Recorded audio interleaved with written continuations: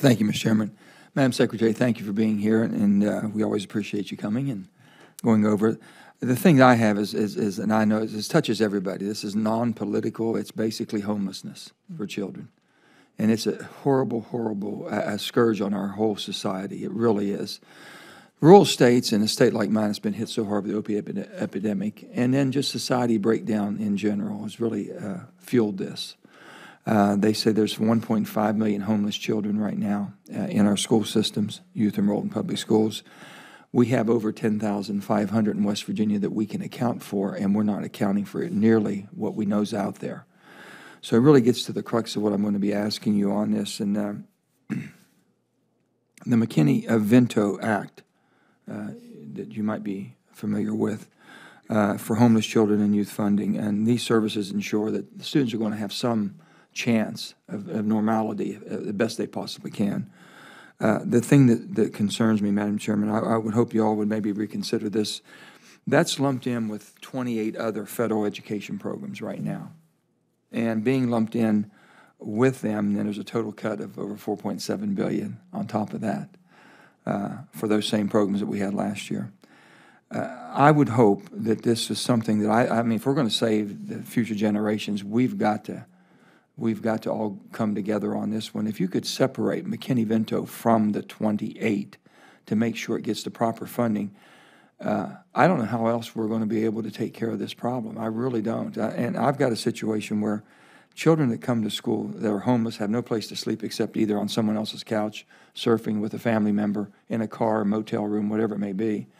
They're not really worried about do they get their homework done, and not worried about the next test they've got to take. It's not in their mind. They're worried about how they're going to survive until tomorrow.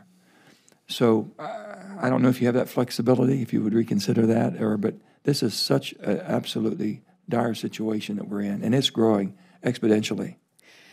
Senator, I share your concern about that particular issue and your state being very hard hit on that. In fact, I recall our conversation several months ago about the McKinney-Vento program and the fact that your people are very good. They've been talking to us and trying to work with us. We appreciate all that. But no, let me just say, this is exactly the argument for doing a block grant to the states.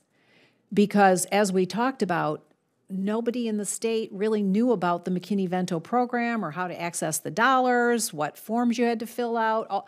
All of the bureaucracy that went around that. Well, how would block grant? I've been a governor, so I understand block grants. I understand flexibility. I'm probably more compassionate with block grants as a former governor. But on the other hand, I know the downturn if it's just on population base and nothing changes, because then I'm stymied. Well, you all will decide the appropriation level, but our proposal wants to give as much flexibility to the states and local districts.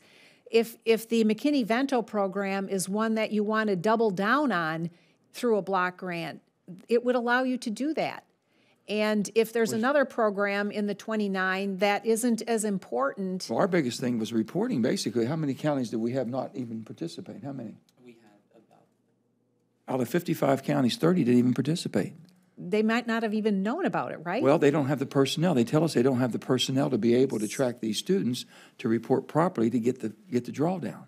So this is, in my view, one of the best arguments for block granting all of the funds from all those various programs to the states, and then allowing those local communities to. And the funding level, for the discussion decide the funding level. I understand. We're not proposing eliminating any of those programs, but giving the reduced flexibility. $4.7 billion by putting 29 together. So my block money's got to be less. So it's not by putting 29 together. We've proposed a funding level, but again, you all decide the funding level. We're advocating for the flexibility to go down to the. So what you're trying to say, level. basically, in education, there's 29 programs in education, and we know it's been cut. Your recommendation is reducing it $4.7 billion, but whatever the number is, you're saying that then West Virginia should look at all these programs, how they service these kids in these 29 areas, and decide what we can do with less money. Decide what you can do with the money that Congress appropriates. decide where you want to put where the priorities are depending on the needs of the most vulnerable students in each community. And as Senator Lankford just said, he named about 6 or 8 different towns in Oklahoma, all of which are quite different and have different needs. And so giving every local district that kind of flexibility with the federal funds for elementary and secondary education will allow them to actually... If I could say one more thing, Mr. Chairman, if you give me just one more minute. Please. Senator Schatz? As a former governor, okay, we used to ask for waivers. So what you're saying, a block grant, I would say, okay, here I am on the receiving end from West Virginia, Missouri, Hawaii. Right. Just give me a waiver. You don't have to give me a block grant. Do the funding the same as you're doing it. Let me have a waiver when I have to have some latitude. That works very well. It's worked before.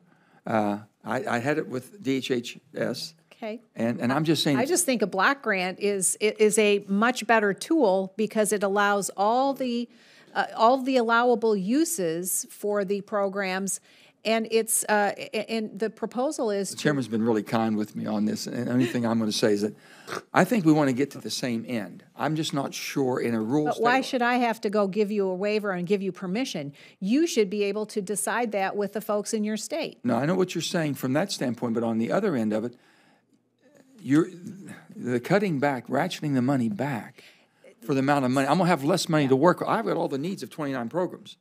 So separate out the You want me to make the decision on who gets cut? No, separate out the funding level from the proposal. Thank you, We'll get together, okay?